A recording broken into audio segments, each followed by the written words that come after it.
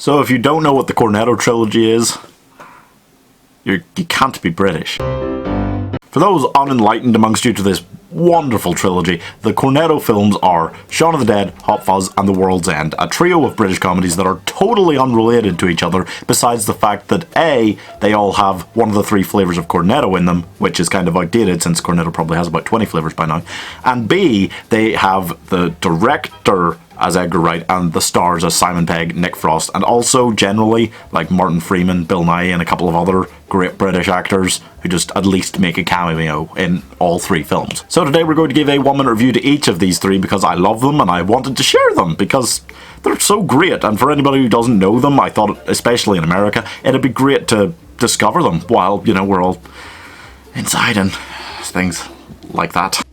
It started out as just a group of friends who came together to make a zombie comedy film, which set the tone for that entire subgenre of cinema for, well, it still does. It's still the standard. Here's my 1-minute review for Shaun of the Dead.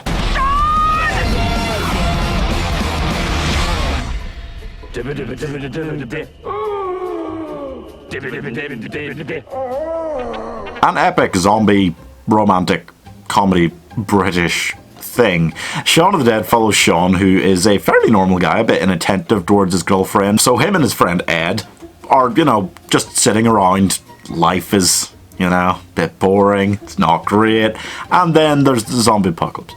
Oh, it just kind of happens right in front of them and they barely notice it first. But when they do, it's so hilarious. This film is iconic. It's got as many iconic zombie scenes as any George Romero film, okay? So they gather up their friends, family, they go to the local pub, the Winchester, and wait for the whole thing to blow over. And the plan works perfectly? Not quite. Not quite, but what ensues is just one of the most hilariously random zombie films you will ever see, okay? You know, Scout's Guide, Zombieland, these things, they all take their cues and Americanize the whole concept of Shaun of the Dead, basically. It feels very early noughties in a lot of great ways, and it's fantastic, okay? I'm giving Shaun of the Dead 81 out of 100 because it's just a great film for anybody to check out. Also, it's about a disease that ends the world. Fun!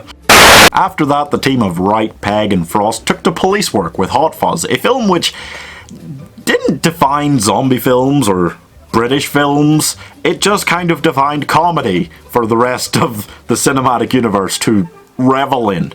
This is my 1-minute review for Hot Fuzz. Hot Fuzz. So in 2008, a time when a lot of comedy films were these kind of trashier, adult kind of things, you had this satire of cult films and police films and films, which was just godlike on every level. So smart, so funny, and so over the top in the way it minimalized things that, none of this makes any sense, but the film doesn't make any sense either, to be fair. It shouldn't be possible to make this good with what you've got, okay? It's about a London cop called Nicholas Angel. He's promoted to sergeant, but he's also sent out to be a sergeant in a small, nowhere town where nothing ever happens. He's teamed with a guy called Danny Butterman, who loves the idea of being a big bad cop, but he's kind of shit. Together they slowly unravel this mystery surrounding a whole bunch of mysterious accidental deaths, which ends up leading to a giant conspiracy involving the whole town trying to keep the peace by murdering anybody who does anything that they deem even slightly wrong for the greater good. I'm giving this 88 out of 100. That's the clear best work of their careers for Wright, Pegg and Frost. Finally, with all the expectations in the world weighing them down, Wright, Pegg and Frost decided to do a very different kind of apocalypse film. Here is my 1-minute review for The World's End. Hello, I am a robot. We're just 5 friends on a night out, having a good time. The World's End.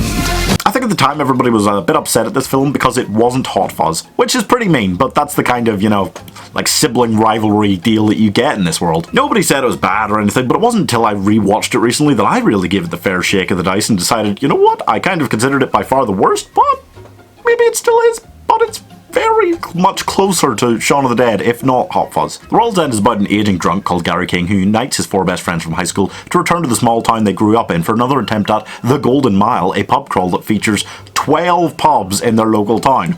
If you think 12 pubs is a lot for one small town, You've never been to Britain, have you? Once there, however, these five realise that there is something amiss with the people they once knew, and they discover, yes indeed, a conspiracy that aliens have taken over the town and replaced everybody with lookalikes in their attempt to take over the world.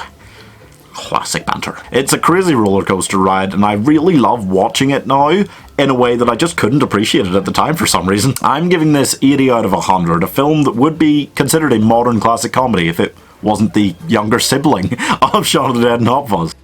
And that's the Cornetto Trilogy, folks. I guess we're finished with this video. Wait a second, what's that sound? It's time for the bonus 1 minute review. Oh my! That's right, while these other three are their own thing, Peg and Frost made another film in between together on a little trip to America, so why don't we throw it in for fun right here. This is my surprise 1 minute review for Paul. Do you think he'll be okay? Yeah, he'll be fine. So Peg and Frost took a trip to America for a film that Americans seem to appreciate over the Cornetto Trilogy, because Americans, they just don't get British comedy sometimes, do they? They played a pair of British nerds on a road trip of America after going to San Diego Comic-Con, and then they meet a little alien trying to get back to his own planet called Paul, played by the hilarious Seth Rogen. This film unites one hell of a great American cast, okay? You've got to give them credit for that. You had Seth Rogen, you also had Bill Hader, Jason Bateman, Kristen Wiig, Sigourney Weaver. Man, it was a great cast. It was a lot of fun as one of these kind of road trip films which are uniquely American, I gotta say. It's a great take on sci-fi films like E.T., probably the most brilliant comedic spoof of that kind of film that I've ever seen, I think. And it is a great comedy in its own right, which I believe was the first 15 or R-rated film that I ever saw in the cinema without my parents. I wasn't 15 at the time. I'm such a bad boy. Subscribe. Anyway, I'm going to give this one 76 out of 100. It's not on the level of those three, but it's brilliant in its kind of trashy, madcap, zany comedy way that